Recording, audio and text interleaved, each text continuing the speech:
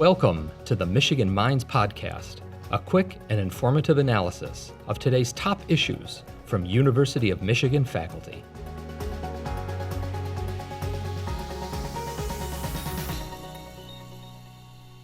My name is Reshma Jagsi, and I am the Newman Family Professor of Radiation Oncology and Director of the Center for Bioethics and Social Sciences in Medicine at the University of Michigan.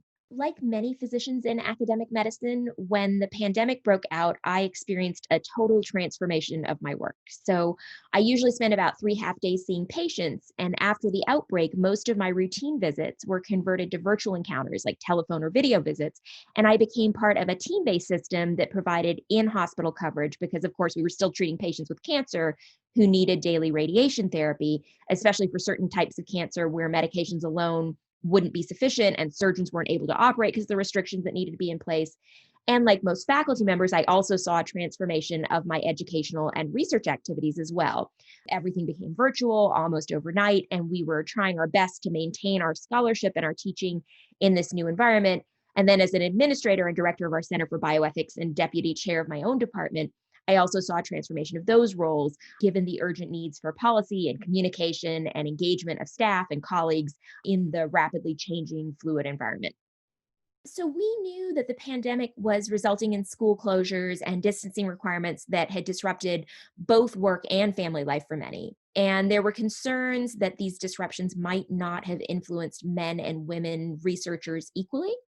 Many medical journals were publishing papers on the pandemic, which were pretty clearly generated by researchers who were going to be facing the challenges of these disruptions. So we decided, as an early indicator of the potential gender impact, to compare the gender distribution of authors on medical papers, ended up being 1,893 medical papers that were related to the pandemic, with that on papers published in the same journals in 2019 for papers that had first authors and last authors from the United States. And we estimated that the proportion of COVID-19 related papers that had a woman as the first author was 19% lower than that for papers published in the same journals in 2019. And women's representation as first authors of COVID-19 research was particularly low for the papers that were published in March and April of 2020, so right after those social distancing requirements went into place, suggesting that the research productivity of women, especially early career women, has been affected more than the research productivity of men in this environment.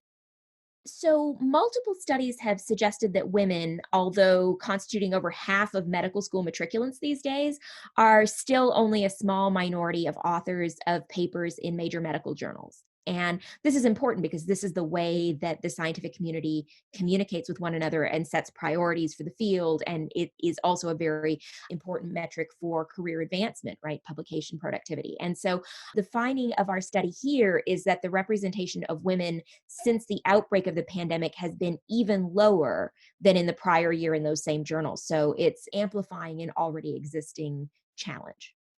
Some of it relates to the gender division of domestic labor in our society, where women still bear the greater burden of domestic responsibilities. I led a previous survey study of really high achieving physician scientists, where we found that when we asked about what they did when usual childcare arrangements fell through, this was not anticipating COVID by any means, but it was just asking, if there's a snow day or your nanny's sick or your kid's too sick to go to daycare, what do you do? And the answer choices were, I deal with it myself, my spouse or partner deals with it, we have other people we turn to.